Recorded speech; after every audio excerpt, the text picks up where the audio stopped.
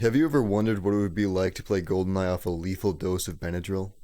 Well, wonder no longer, because now you can play Cruelty Squad. If somebody asked me to describe what Cruelty Squad was about, I'd probably just shoot them. Never have I been so thoroughly confused within the first 30 minutes of a game. Even the menu screen is a puzzle to figure out.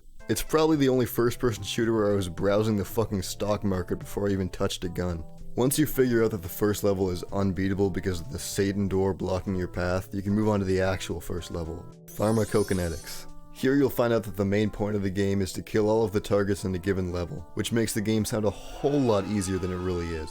Each level will probably take you a minimum of 5 tries to beat just because one enemy can wipe out your whole health bar if you aren't paying attention. The most unhinged mechanic in the game is the cannibalism feature. Once you die enough times, you can literally just feast on the flesh of someone you just killed for an extra health point. Nothing makes you feel like a schizophrenic assassin more than eating random civilians so you can have enough health to beat the level. Speaking of which, civilian dialogue interactions in Cruelty Squad will definitely leave you scratching your nuts. They'll hit you with quotes like, "I'm writing a book on my experiences. It's called The Destruction of Virility, Doom Anus Apocalypse." Or, "Senior citizens dropping dead from brain-frying giga-orgasms." It's all because of the leftists, honestly.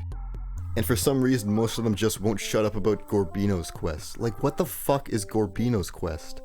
Cruelty Squad's art is one of its most cracked out features. Levels are covered in low-quality neon architecture, and enemies vary from eldritch horror to Kirby side character.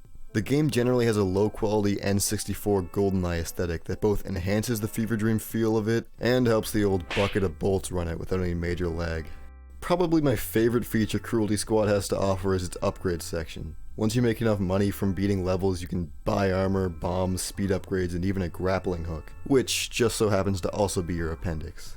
In my opinion, the best loadout is to just maximize speed and buy a grappling hook so you can just fly around the maps killing everything.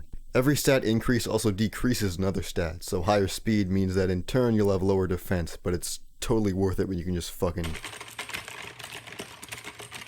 Levels are designed to make you feel like a badass spy. They put vents in for you to crawl around in and give you the ability to peek around corners to snipe enemies. The maps are so sprawling that you can beat each level 5 different ways depending on your playstyle. I would generally just monkey brain brute force my way through waves of enemies to get to my targets.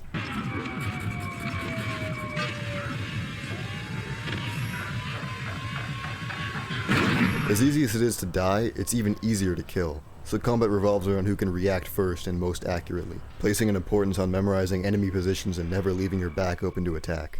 I let my friend play this game because I hate him, and on pretty much every level he would take a completely different approach than I did, often finding areas I didn't even know existed. And that's because the levels are built like... which lets you just flop around if you want, walking through every weird door you see. A pretty bizarre aspect of the game is how often you'll need to use the internet to help you figure out a confusing part of it. The stock market is a perfect example of this. I mean, why the fuck is there a stock market in a first-person shooter? Well, it turns out that if you invest in certain specific stocks early, the value will go up massively over time, and that will help you with buying more expensive items like Appendix. So you don't actually need to grind the same level 10 times in a row like I did.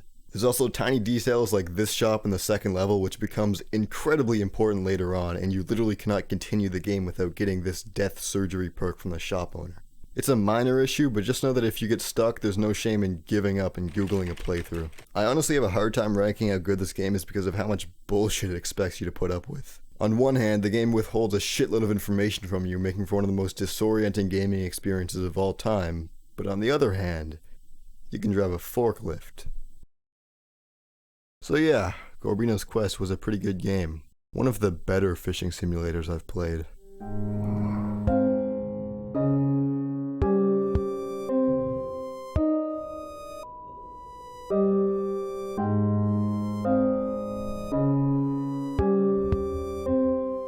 I hate this video.